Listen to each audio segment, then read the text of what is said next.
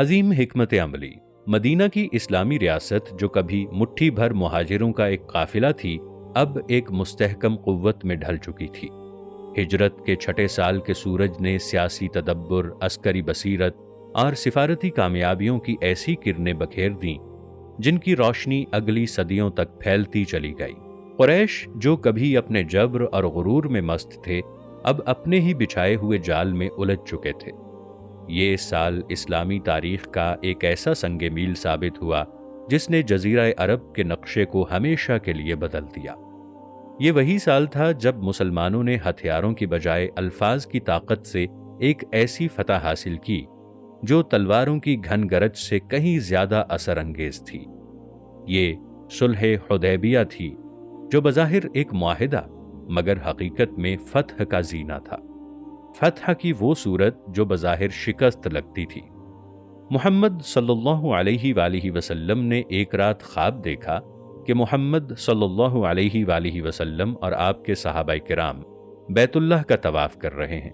یہ خواب محض ایک خواب نہیں تھا، بلکہ اللہ کی طرف سے ایک بشارت تھی، ایک وعدہ تھا جو پورا ہونا تھا۔ چنانچہ محمد صلی اللہ علیہ وآلہ وسلم نے اپنے جانثاروں کو اس مقدس سفر کے لیے تیار فرمایا۔ 1400 پروانے جن کے دلوں میں حرم مکہ کی تڑپ، زیارت کعبہ کی حسرت اور ایمان کی روشنی موجزن تھی، ہر ہتھیار سے بے نیاز ہو کر صرف احرام باندھ کر مکہ کی طرف نکلے۔ یہ کوئی عام سفر نہ تھا، یہ مسلمانوں کے دلوں کی سب سے بڑی آرزو کا سفر تھا۔ مگر جب قریش کو اس قافلے کی خبر ہوئی تو ان کے دلوں میں اسلام کی بڑھتی ہوئی قوت کا خوف اور اپنی سیاسی چالاکی کا غرور دونوں ایک ساتھ بیدار ہو گئے۔ انہوں نے مسلمانوں کو حدیبیہ کے مقام پر روک دیا۔ یہاں ایک ایسا تاریخی منظر قائم ہوا جہاں طاقت کی زبان نہیں بلکہ تدبر اور بصیرت کی زبان بولی جا رہی تھی۔ قریش کی طرف سے مکر و فریب کے بادل چھائے ہوئے تھے، مگر محمد صلی اللہ علیہ وآلہ وسلم کی فراست نے ان بادلوں کو چیر کر ایک نئی روشنی پیدا کر دی۔ شرائط عجیب و غریب تھیں۔ مسلمان اسی سال عمرہ کیے بغیر واپس چلے جائیں گے، آئندہ سال 3 دن کے لیے مکہ میں داخل ہو سکیں گے مگر بغیر ہتھیاروں کے۔ اگر کوئی مکہ سے مدینہ ہجرت کرے گا تو اسے واپس کرنا ہوگا، مگر مدینہ سے مکہ جانے والے کو روکا نہیں جائے گا۔ 10 سال تک کوئی جنگ نہ ہوگی اور قریش یا مسلمان جس قبیلے سے چاہیں معاہدہ کر سکتے ہیں۔ یہ وہ شرائط تھیں جنہیں دیکھ کر صحابہ رضی اللہ عنہم کے دلوں میں بے چینی پیدا ہوئی۔ حضرت عمر فاروق رضی اللہ عنہ کی تلوار بے چین ہوئی، مگر محمد صلی اللہ علیہ وآلہ وسلم کی حکمت خاموش رہی۔ یہ ایسی صلح تھی جو بظاہر مسلمانوں کے لیے پسپائی لگ رہی تھی، مگر حقیقت میں مستقبل کی عظیم فتح کا پیش خیمہ تھی۔ اللہ کے رسول صلی اللہ علیہ وآلہ وسلم نے الفاظ میں وہ طاقت بھر دی جو قریش کی تلواریں بھی نہ نکال سکیں۔ یہی وہ معاہدہ تھا جس نے اسلام کے دروازے پورے جزیرہ عرب کے لیے کھول دیے۔ تاریخ نے دیکھا کہ اسی صلح کی برکت سے 2 سال کے اندر اسلام میں داخل ہونے والوں کی تعداد ان تمام برسوں سے زیادہ تھی جو گزر چکے تھے۔ یہ وہ لمحہ تھا جہاں بصیرت نے بے صبری کو شکست دی اور حکمت نے جوش پر قابو پا لیا۔ بیعت رضوان، وفاداری کی معراج، A pledge of unwavering loyalty، pledge of رضوان۔ معاہدے سے پہلے ایک ایسا واقعہ پیش آیا جس نے دنیا کو دکھا دیا کہ مسلمانوں کی وفاداری اور جانثاری کی کوئی قیمت نہیں۔ جب محمد صلی اللہ علیہ وآلہ وسلم نے قریش کے ساتھ بات چیت کے لیے حضرت عثمان غنی رضی اللہ عنہ کو مکہ بھیجا تو افواہ اڑ گئی کہ انہیں شہید کر دیا گیا ہے۔ اس موقع پر مسلمانوں کے خون نے جوش مارا، مگر محمد صلی اللہ علیہ وآلہ وسلم نے اسے ایک عہد میں ڈھال دیا۔ محمد صلی اللہ علیہ وآلہ وسلم نے درخت کے نیچے بیٹھ کر اپنے صحابہ سے بیعت لی کہ اگر حضرت عثمان شہید کر دیے گئے تو وہ انتقام لینے کے لیے اپنی جان قربان کر دیں گے۔ یہ بیعت وہ لمحہ تھا جب ایمان اور قربانی کا امتزاج اپنے عروج پر تھا۔ اللہ تعالیٰ نے قرآن میں اس بیعت کو قبولیت کا درجہ دے دیا۔ مفہوم ہے، بے شک وہ لوگ جو آپ سے درخت کے نیچے بیعت کر رہے تھے وہ در حقیقت اللہ سے بیعت کر رہے تھے۔ سورۃ الفتح آیت 10۔ یہی وہ بیعت تھی جس کے بعد قریش سمجھ گئے کہ یہ وہ لوگ نہیں جنہیں طاقت سے دبایا جا سکتا ہے، یہ وہ عاشق ہیں جو اپنے نبی پر اپنی جان قربان کرنے کو سعادت سمجھتے ہیں۔ یہ بیعت ایک ایسا عہد تھا جو صدیوں تک مسلمانوں کے لیے استقامت کا درس دیتا رہا۔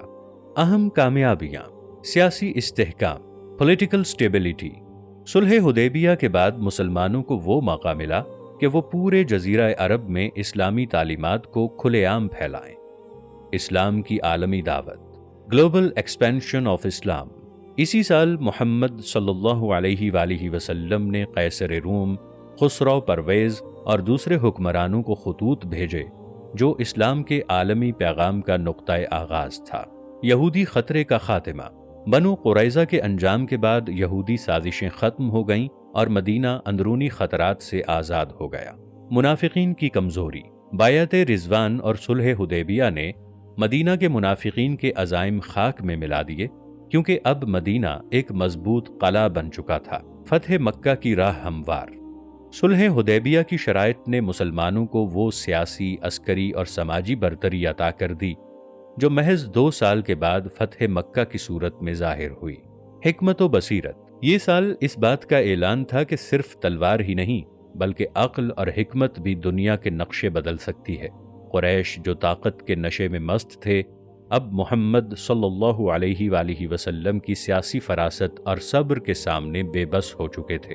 یہ سال ہمیں سکھاتا ہے کہ ہر شکست حقیقت میں شکست نہیں ہوتی، ہر پسپائی حقیقت میں ایک نئی حکمت عملی ہو سکتی ہے، اور ہر صلح حقیقت میں ایک نئی فتح کی بنیاد رکھ سکتی ہے۔ دعوتی خطوط، حکمت و فصاحت کے درخشاں ستارے۔ جب تاریخ انسانی پر نظر دوڑائی جائے تو ایک حقیقت روز روشن کی طرح عیاں ہوتی ہے کہ دنیا میں جتنی بھی تحریکیں اٹھیں وہ یا تو عسکری قوت سے ابھریں یا فلسفیانہ موشگافیوں کی بنیاد پر پروان چڑھیں، مگر انسانی تاریخ میں صرف ایک تحریک ایسی تھی جو نہ تلوار کے سائے میں پنپی، نہ محض فکری مباحث کی نظر ہوئی، بلکہ وہ اخلاق، حلم، محبت اور حکمت کے ستونوں پر استوار ہوئی۔ یہ تحریک اسلام تھی، اور اس تحریک کا بانی وہ ہستی تھی جسے دنیا رحمت للعالمین صلی اللہ علیہ وآلہ وسلم کے لقب سے یاد کرتی ہے۔ یہ اسلام کی پرکشش دعوت ہی تھی جس نے دلوں کو موہ لیا، زبانوں کو معترف کر دیا اور اقوام عالم کے ضمیر کو جھنجھوڑ کر رکھ دیا۔ اس دعوتی مشن میں جہاں زبانی تبلیغ کو اہمیت حاصل تھی، وہیں تحریری مکالمے کو بھی غیر معمولی درجہ حاصل تھا۔ یہی وجہ ہے کہ صلح حدیبیہ کے بعد محمد صلی اللہ علیہ وآلہ وسلم نے محسوس فرمایا کہ اب وہ وقت آن پہنچا ہے جب اس الہامی پیغام کو صرف عرب تک محدود نہ رکھا جائے، بلکہ اس کی روشنی کو اقوام عالم میں عام کیا جائے۔ چنانچہ مختلف حکمرانوں اور سرداروں کو خطوط ارسال کیے گئے جو آج بھی اسلامی سفارتکاری کی روشن مثال ہیں۔ محمد صلی اللہ علیہ وآلہ وسلم کے سفارتی خطوط، حکمت و دانش کی دستاویزات۔ یہ صرف چند معمولی خطوط نہ تھے، بلکہ وہ درخشاں ستارے تھے جنہوں نے صدیوں کے اندھیروں میں روشنی بکھیری۔ وہ صداقت کے مینارے تھے جن کے سائے میں اقوام عالم نے ہدایت کا سراغ پایا۔ وہ الہامی تحریریں تھیں جو اپنے الفاظ میں بلا کی تاثیر رکھتی تھی۔ یہ خطوط قیصر روم ہرقل، شہنشاہ فارس خسرو پرویز، شاہ حبشہ نجاشی، شاہ مصر مقوقس، شاہ بحرین منظر بن ساوا، شاہ عمان جعفر عبد، شاہ یمامہ حوزہ بن علی، اہل نجران اور دیگر کئی حکمرانوں کے نام ارسال کیے گئے، مگر سوال یہ ہے کہ ان خطوط کی انفرادیت کیا تھی؟ یہ محض سفارتی مراسلے تھے یا ایک نئی تہذیب کی بنیاد ڈالنے والے بیج؟ خطوط نبوی صلی اللہ علیہ وآلہ وسلم کی ادبی شان و تاثیر۔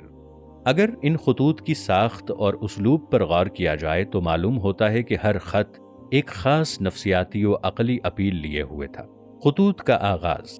ہر مکتوب کی ابتدا میں اللہ تعالیٰ کی حمد و ثنا کے ساتھ ساتھ مخاطب کے مرتبے کا ذکر کیا جاتا تاکہ خط کی تاثیر مزید گہری ہو۔ مثلاً قیصر روم کے نام خط میں عظیم سلطنت کے حکمران جیسے الفاظ استعمال کیے گئے جو اس وقت کی سفارتی روایات کے عین مطابق تھے۔ مضمون میں حکمت۔ یہ خطوط محض تبلیغی دعوت نہیں تھے، بلکہ ہر ایک میں مخاطب کے عقائد و نظریات کو مد نظر رکھ کر پیغام دیا گیا۔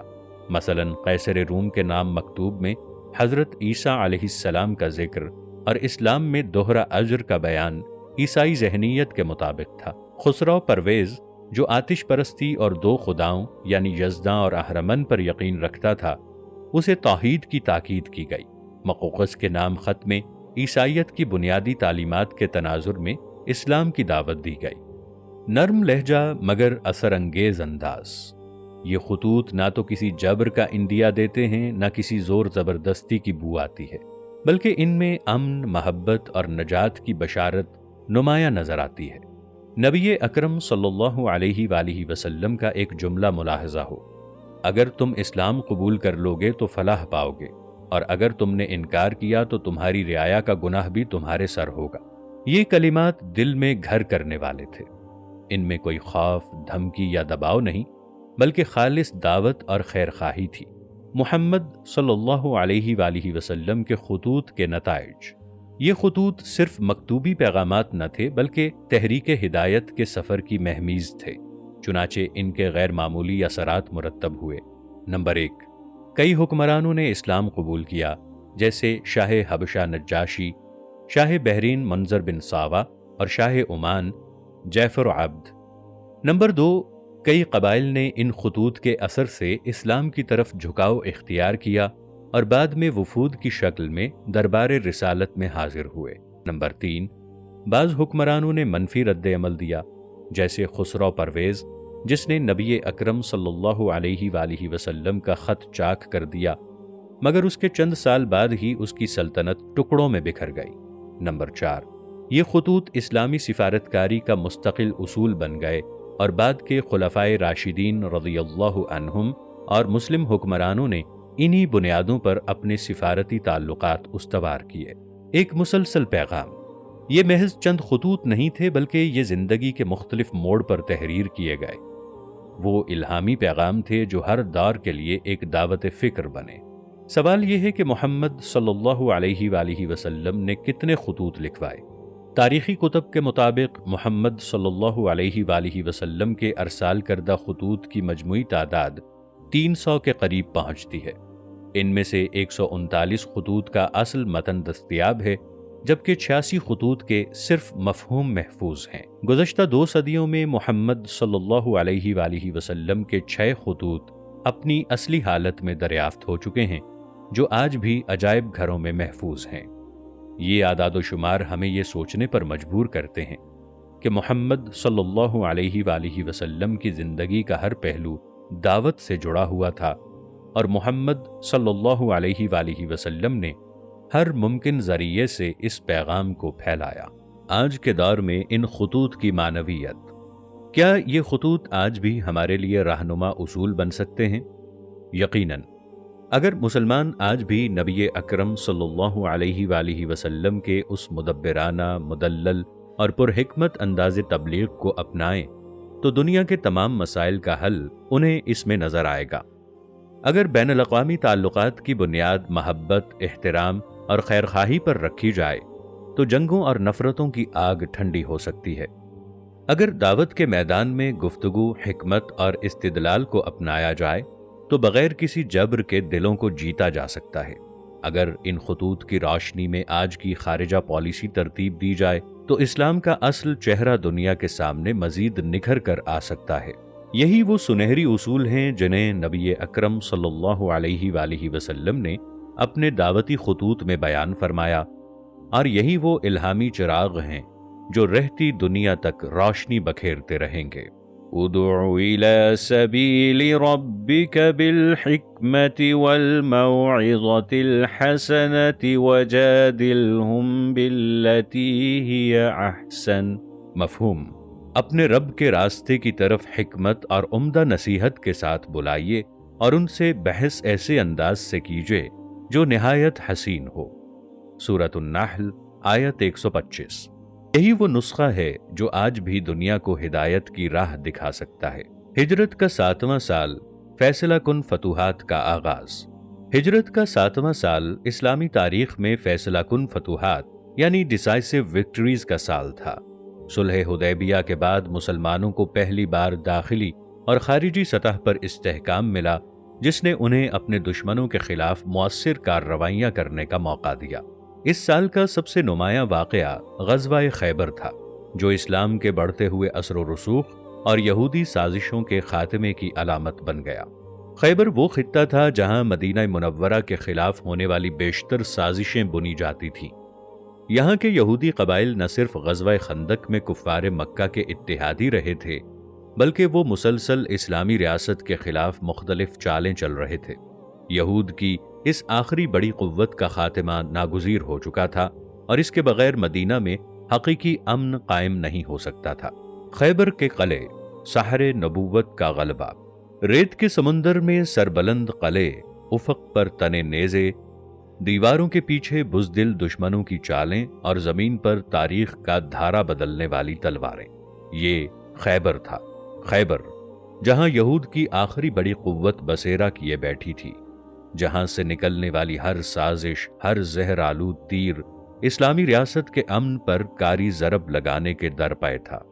قلعہ در قلعہ، سازش در سازش۔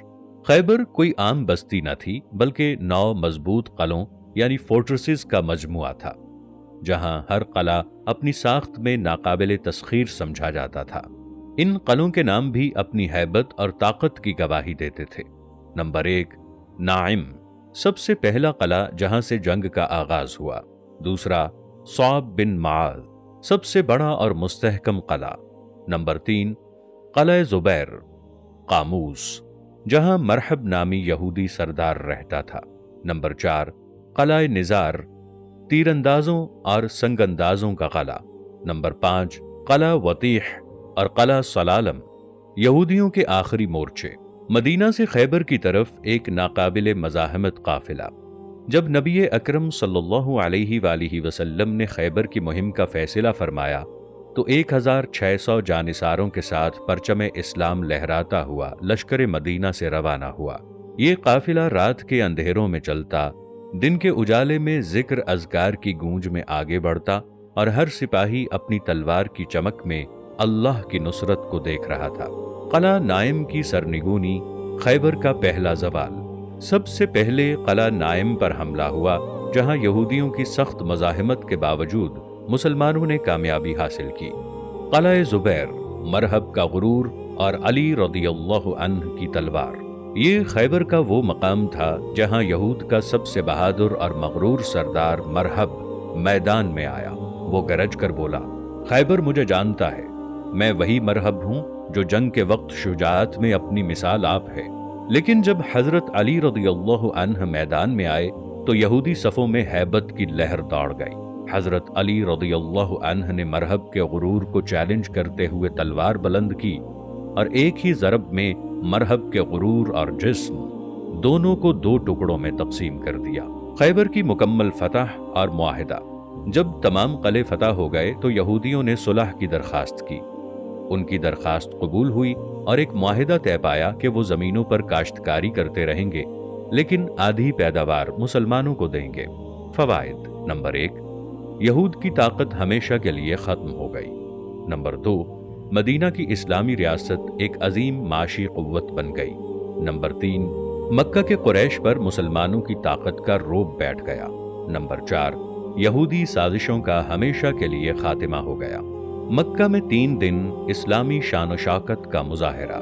ریت کے ذروں میں لہراتے پرچم، قریش کی گہری نگاہیں، خانہ کعبہ کے گرد گونجتی تکبیریں، اور نبی اکرم صلی اللہ علیہ وآلہ وسلم کی سربراہی میں وہ قافلہ جو 1 سال پہلے روکا گیا تھا، اب پورے وقار اور عظمت کے ساتھ مکہ میں داخل ہو رہا تھا۔ صلح حدیبیہ اور مسلمانوں کی واپسی۔ 6 ہجری میں جب محمد صلی اللہ علیہ وآلہ وسلم نے مکہ میں داخل ہو کر عمرہ ادا کرنے کا ارادہ فرمایا تو قریش نے راستہ روک لیا۔ اس موقع پر صلح حدیبیہ طے پائی، جس کی ایک شرط یہ تھی کہ مسلمان اس سال واپس چلے جائیں گے اور اگلے سال عمرہ ادا کرنے کے لیے آئیں گے۔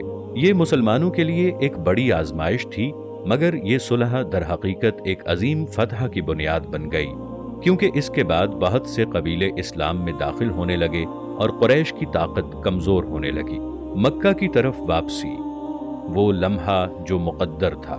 ذوالقعدہ 7 ہجری، وہی مہینہ جس میں گزشتہ سال حدیبیہ کا واقعہ پیش آیا تھا، اب مسلمان اپنے وعدے کی تکمیل کے لیے تیار تھے۔ محمد صلی اللہ علیہ وآلہ وسلم 2000 جانثاروں کے ساتھ مکہ کی طرف روانہ ہوئے۔ یہ سفر صرف ایک مذہبی فریضے کی ادائی نہ تھا، بلکہ یہ ایک اعلان تھا کہ مسلمان اپنے عہد پر قائم ہیں اور اب وہ کسی رکاوٹ کے بغیر مکہ میں داخل ہوں گے۔ شان و وقار کا نظارہ۔ مکہ کی گلیاں خاموش تھیں، لوگ اپنے گھروں میں سمٹے بیٹھے تھے اور قریش بے بسی کے عالم میں تھے۔ یہ وہی مکہ تھا جہاں کبھی نبی اکرم صلی اللہ علیہ وآلہ وسلم اور ان کے ساتھیوں کو ظلم و ستم کا نشانہ بنایا گیا تھا، لیکن آج یہ وہی راستے تھے، مگر ان پر اب اللہ کے نیک بندے گزر رہے تھے۔ یہ وہی خانہ کعبہ تھا، مگر اس کے صحن میں اب اللہ اکبر کی صدائیں گونج رہی تھیں۔ محمد صلی اللہ علیہ وآلہ وسلم اونٹنی پر سوار کعبہ کی طرف بڑھ رہے تھے۔ صحابہ محمد صلی اللہ علیہ وآلہ وسلم کے ارد گرد تھے اور سب کے چہروں پر صبر و استقامت کی روشنی تھی۔ طواف کعبہ اور قریش کی آزمائشی نظریں۔ جب مسلمانوں نے طواف کعبہ شروع کیا تو قریش نے ایک طعنہ دیا کہ مدینہ کی سختیوں نے مسلمانوں کو کمزور کر دیا ہے۔ یہ سن کر محمد صلی اللہ علیہ وآلہ وسلم نے حکم دیا کہ رمل کیا جائے، یعنی طاقت اور شجاعت کا اظہار کرتے ہوئے دوڑنے کے انداز میں طواف کیا جائے، تاکہ مشرکین دیکھ لیں کہ مسلمان کمزور نہیں بلکہ پہلے سے زیادہ مضبوط ہو چکے ہیں۔ یہی سنت آج بھی عمرے اور حج میں قائم ہے۔ 3 دن کی مہلت اور اسلامی وقار۔ معاہدے کے مطابق مسلمان 3 دن مکہ میں قیام کر سکتے تھے۔ ان 3 دنوں میں محمد صلی اللہ علیہ وآلہ وسلم اور صحابہ نے خانہ کعبہ میں آزادانہ عبادت کی، قربانی کی اور مکہ میں اپنے وجود کا نقش جما دیا۔ قریش نے دل تھام کر یہ سب منظر دیکھا۔ ان کے غرور کا سورج ڈھل چکا تھا اور وہ بے بسی کے عالم میں مسلمانوں کو اپنے آبائی شہر میں عبادت کرتا دیکھ رہے تھے۔ یہ 3 دن در حقیقت فتح مکہ کی جھلک تھے، کیونکہ اب یہ بات واضح ہو گئی تھی کہ مکہ کی حکمرانی زیادہ دیر تک قریش کے پاس نہیں رہے گی۔ اسلامی عظمت کا لوٹنا۔ یہ عمرہ صرف ایک عبادت نہیں تھا، بلکہ یہ صبر کی فتح، استقامت کا انعام اور مستقبل کی کامیابی کی علامت تھا۔ یہ وہ لمحہ تھا جب تاریخ نے لکھا کہ جو اللہ کے لیے صبر کرتا ہے، اللہ اسے وہ مقام دیتا ہے جس کا وہ تصور بھی نہیں کر سکتا۔ یہ وہ دن تھا جب مکہ والوں نے جان لیا کہ اسلام صرف ایک دین نہیں بلکہ ایک ایسی روشنی ہے جو ہر اندھیرے کو مٹا دیتی ہے۔ رومی سلطنت سے پہلا معرکہ۔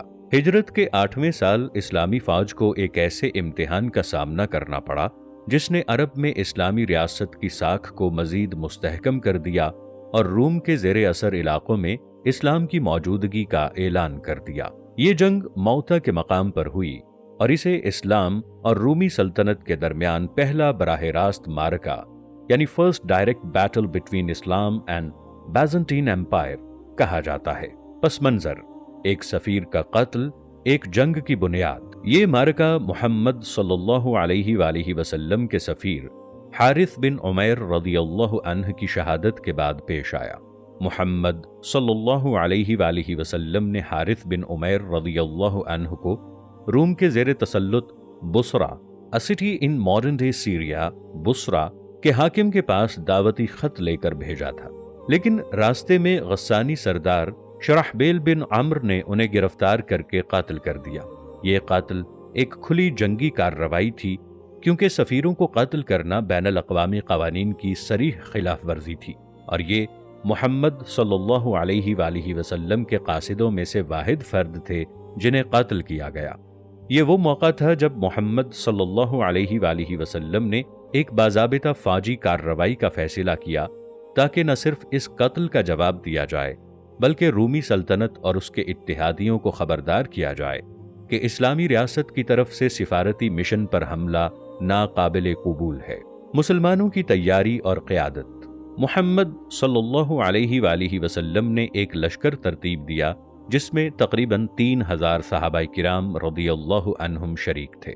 اس لشکر کی قیادت کے لیے محمد صلی اللہ علیہ وآلہ وسلم نے 3 عظیم صحابہ رضی اللہ عنہم کو منتخب فرمایا۔ نمبر 1، حضرت زید بن حارثہ رضی اللہ عنہ، اسلامی فوج کے سپہ سالار، کمانڈر ان چیف۔ نمبر 2، حضرت جعفر طیار رضی اللہ عنہ، حضرت زید رضی اللہ عنہ کی شہادت کے بعد قیادت سنبھالنے والے۔ نمبر 3، حضرت عبداللہ بن رواحہ رضی اللہ عنہ، جعفر رضی اللہ عنہ کی شہادت کے بعد قیادت سنبھالنے والے۔ محمد صلی اللہ علیہ وآلہ وسلم نے فرمایا کہ اگر عبداللہ بن رواحہ رضی اللہ عنہ بھی شہید ہو جائیں تو لشکر خود کسی کو اپنا امیر منتخب کر لے۔ رومیوں کی زبردست تیاری۔ جب اسلامی فوج موتا کے مقام پر پہنچی تو معلوم ہوا کہ دشمن کی تعداد بہت زیادہ یعنی اوورولمنگ نمبرز ہے۔ نمبر 1، رومی فوج تقریباً 1 لاکھ جنگجو۔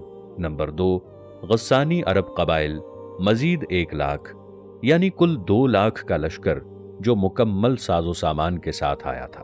اس کے مقابلے میں مسلمانوں کی تعداد صرف 3000 تھی، یعنی ایک مسلمان کے مقابلے میں 66 دشمن سپاہی۔ یہ صورتحال دیکھ کر بعض صحابہ نے محمد صلی اللہ علیہ وآلہ وسلم کو پیغام بھیجا کہ مزید کمک بھیجی جائے، لیکن حضرت عبداللہ بن رواحہ رضی اللہ عنہ نے کہا، ہم تعداد کے بل بوتے پر نہیں لڑتے، ہم اللہ کے دین کی سربلندی کے لیے لڑتے ہیں۔ معرکے کا آغاز اور شہادتوں کی لہر۔ جنگ کا آغاز ہوا اور اسلامی فوج نے بے جگری سے مقابلہ کیا، لیکن رومی لشکر بہت بڑی تعداد میں تھا۔ نمبر 1، پہلا پرچم بردار، حضرت زید بن حارثہ رضی اللہ عنہ۔ آپ نے دشمن کے بیچ گھس کر لڑائی لڑی مگر بے شمار تیروں اور نیزوں کا سامنا کرتے ہوئے شہید ہو گئے۔ نمبر 2، دوسرا پرچم بردار، حضرت جعفر طیار رضی اللہ عنہ۔ آپ نے نہایت بہادری سے لڑائی کی، یہاں تک کہ جب دشمن نے ان کا دایاں ہاتھ کاٹ دیا تو انہوں نے علم بائیں ہاتھ میں لے لیا، جب بایاں ہاتھ بھی کٹ گیا تو انہوں نے علم کو سینے سے لگا لیا۔ آخر کار دشمن نے انہیں نیزے سے شہید کر دیا۔ محمد صلی اللہ علیہ وآلہ وسلم نے بعد میں فرمایا کہ اللہ نے جعفر رضی اللہ عنہ کو 2 پروں سے نوازا ہے جن سے وہ جنت میں اڑتے ہیں، اسی لیے انہیں جعفر طیار رضی اللہ عنہ یعنی جعفر جنت میں پرواز کرنے والے کہا جاتا ہے۔ نمبر 3، تیسرا پرچم بردار، حضرت عبداللہ بن رواحہ رضی اللہ عنہ۔ وہ جنگ کے میدان میں داخل ہونے سے پہلے تھوڑی دیر رکے، جیسے اپنے نفس سے جنگ کر رہے ہوں، پھر کہا، اے نفس، تمہیں جنت کی خواہش نہیں؟ پھر کیوں جھجک رہے ہو؟ یہ کہتے ہی دشمن کی صفوں میں گھس گئے اور لڑتے ہوئے شہید ہو گئے۔ خالد بن ولید رضی اللہ عنہ کی حکمت عملی اور پسپائی۔ جب تینوں مقررہ قائدین شہید ہو گئے تو مسلمانوں نے مشورے سے حضرت خالد بن ولید رضی اللہ عنہ کو سپہ سالار بنا دیا۔ حضرت خالد رضی اللہ عنہ نے حربہ تدبیر یعنی ٹیکٹیکل اسٹریٹجی استعمال کیا۔ اسلامی فوج کو رات کے وقت مختلف دستوں میں تقسیم کیا اور ہر دستے کو الگ مقام پر آگ جلانے کا حکم دیا تاکہ دشمن کو یہ گمان ہو کہ مدینہ سے کمک آ گئی ہے۔ صبح کے وقت انہوں نے فوج کو اس انداز میں ترتیب دیا کہ ایسا محسوس ہو جیسے تازہ دم لشکر آ پہنچا ہے۔ رومی لشکر خوفزدہ ہوا اور پیچھے ہٹنے لگا، جس کا فائدہ اٹھا کر حضرت خالد رضی اللہ عنہ اسلامی فوج کو بحفاظت مدینہ واپس لے آئے۔